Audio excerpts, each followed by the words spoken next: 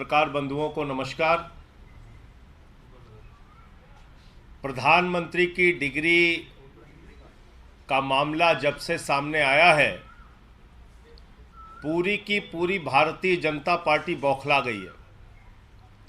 सारे मंत्री, सारे प्रवक्ता, सारी की सारी भारतीय जनता पार्टी अपने प्रधानमंत्री के फर्जी डिग्री को सही साबित करने में जुट गई है। और मैं इसको फर्जी डिग्री क्यों कह रहा हूं? इसलिए कह रहा हूं कि प्रधानमंत्री जी ने जो डिग्री सार्वजनिक की है, प्रधानमंत्री जी की जो डिग्री गृह मंत्री अमित शाह जी के द्वारा प्रेस कॉन्फ्रेंस में दिखाई गई है, वो डिग्री अपने आप में कई सवाल खड़े करती है। अभी सिलसिलेवार करके मैं आपके सामने बताऊंगा।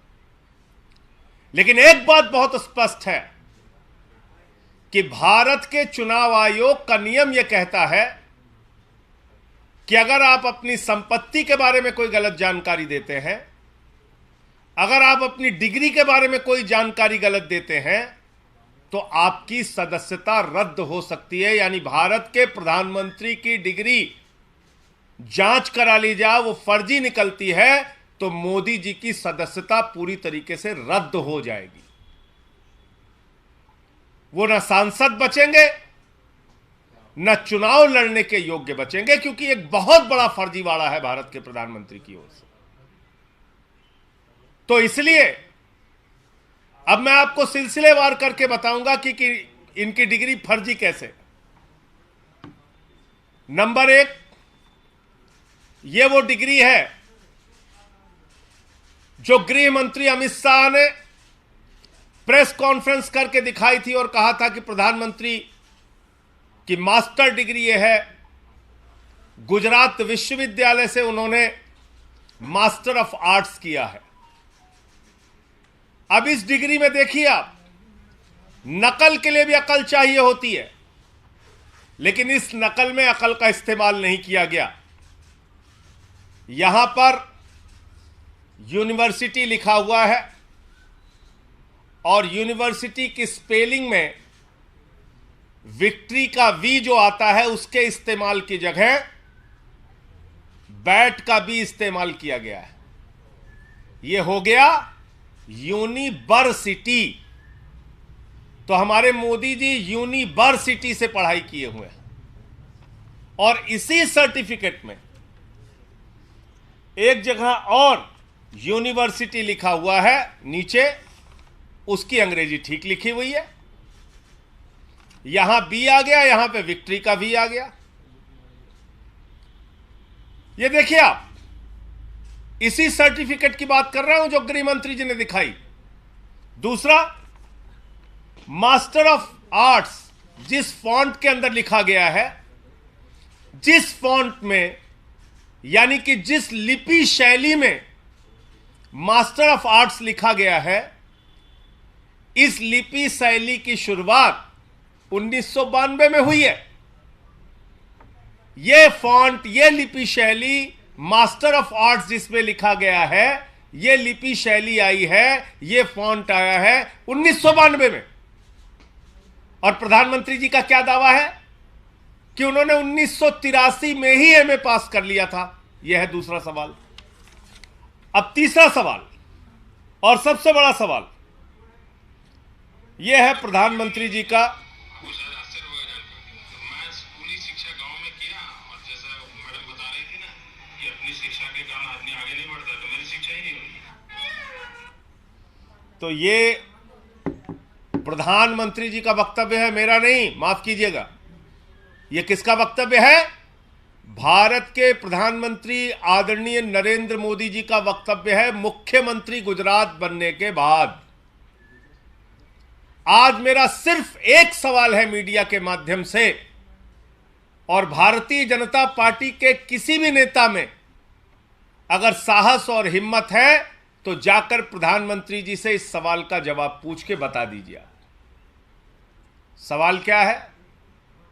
79 में और 78 में अगर बैचलर डिग्री दिल्ली विश्वविद्यालय से प्रधानमंत्री ने कर ली, 1983 में मास्टर ऑफ आर्ट्स की डिग्री गुजरात विश्वविद्यालय से कर ली। अगर आपकी 1989 में बीए की डिग्री हो गई, 1983 में एमए की डिग्री हो गई, तो भैया प्रधानमंत्री जी देश के सामने इस बात का खुलासा कर दीजिए कि फिर 2005-6 के दौरान या मुख्यमंत्री बनने के बाद का ये जब का भी भाषण है, आपने क्यों एक टीचर को संबोधित करते हुए कहा कि आपकी कोई शिक्षा दीक्षा नहीं है, स्कूली शिक्षा के आगे आप नहीं पढ़े। ये तो आपका बयान है, मेरा बयान नहीं है। ये बयान तो आपने दिया है प्रधानमंत्री जी, ये बयान आपका है, मेरा बयान नहीं है। मैं स्कूली शिक्षा गांव में किया, और जैसा मैडम बता रही थी ना कि अपनी शिक्षा के कारण आदमी आगे नहीं बढ़ता, तो मेरी शिक्षा ही नहीं हुई। मेरी शिक्षा ही नहीं हुई, ये नरेंद्र मोदी जी गुजरात के मुख्यमंत्री बनने के बाद कह रहे हैं एक टीचर को संबोधित करते हुए। तो भैया जब आपने 79 में बीए कर लिया, 83 में एमए कर लिया, फिर 2005-6 में आप क्यों झूठ बोल रहे हैं? इसका मतलब ये सच बोल रहे थे मुख्यमंत्री रहते हुए, जो उन्होंने कहा वो सच था, वो सच था। उसके पहले के जो उनके डिग्री के खुलासे हैं वो झूठे हैं, गलत हैं। और इसी तरीके से उन्होंने यूनिवर्सिटी से पढ़ाई की है, इंटायर पॉलिटिकल साइंस में यूनिवर्सिटी से पढ़ के आए हैं मोदी जी। तो इसलिए गुजरात हाई कोर्ट का जो फैसला आया वो अपने आप में बड़ा ही चौंकाने वाला है, हास्यास्पद है कि सीआईसी ने ऑर्डर दिया था डिग्री दिखाने के लिए, गुजरात का विश्वविद्यालय गया हाई कोर्ट में कि डिग्री ना दिखाई जाए, और गुजरात के हाई कोर्ट ने जुर्माना कर दिया अरविंद केजरीवाल जी के ऊपर, जिसका कोई लेना देना नहीं। वो गए भी नहीं अपील में। तो इसका मतलब दाल में काला नहीं, पूरी की पूरी दाल काली है। और नकल के लिए भी अकल चाहिए, उस अकल का भी इस्तेमाल यह डिग्री दिखाते समय नहीं किया गया है।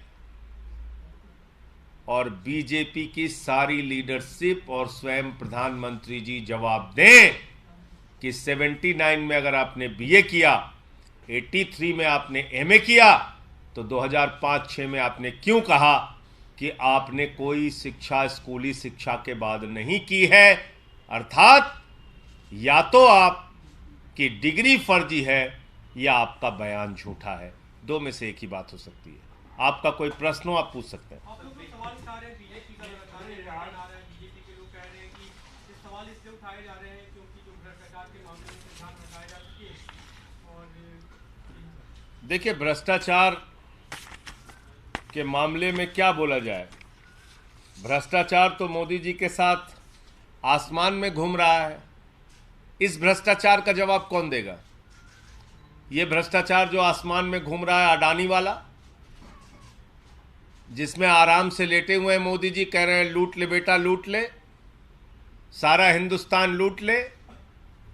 देखिए आप, ये तस्वीर भूल गए आप? ये अडानी की तस्वीर है। अपनी राजनीतिक सत्ता को बचाने के लिए नरेंद्र मोदी जी ने अडानी के माध्यम से अपनी आर्थिक सत्ता खड़ी की और एक ही व्यक्ति को कोयला दे दिया, गैस दे दिया, बिजली दे दिया, पानी दे दिया, सड़क दे दिया, स्टील दे दिया, सीमेंट दे दिया, सीपोर्ट दे दिया, एयरपोर्ट दे दिया, आकाश से पाताल तक सब कुछ दे दिया, 2.5 लाख करोड़ का कर्जा दे दिया, 86,000 करोड़ का कर्जा माफ कर दिया। और उस अडानी ने क्या किया? 38 फर्जी कंपनियां दुनिया के तमाम देशों में अपने भाई के साथ मिलकर खोली। अकेले एक पते पे 6 कंपनी खोलकर मॉरिशस से 42,000 करोड़ रुपए अडानी की कंपनी में लगाया गया।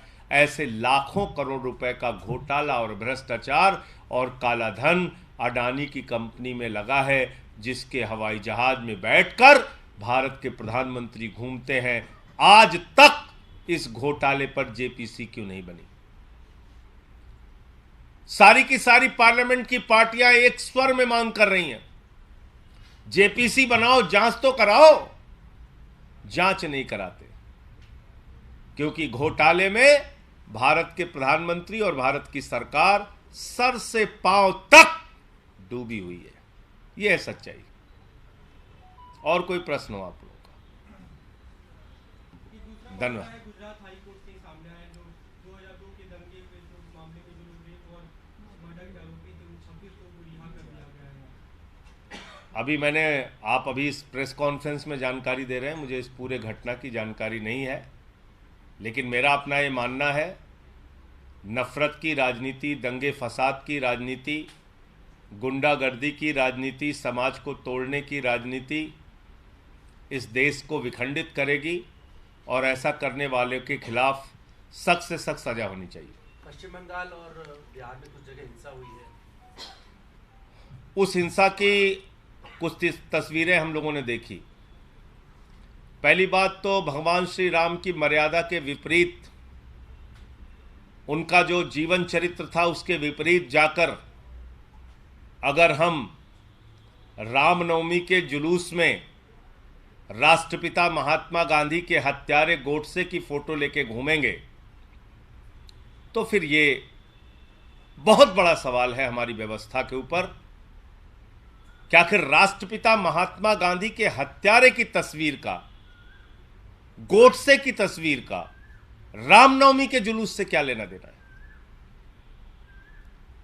क्या प्रभु श्री राम ने यही हमें सिखाया है?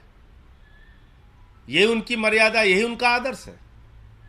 रामचरितमानस से हमें यही शिक्षा मिलती है जो रामचरितमानस कहता है सब नर करहि परस्पर प्रीति, यानी कि सारे लोग आपस में प्रेम भाव से रहें।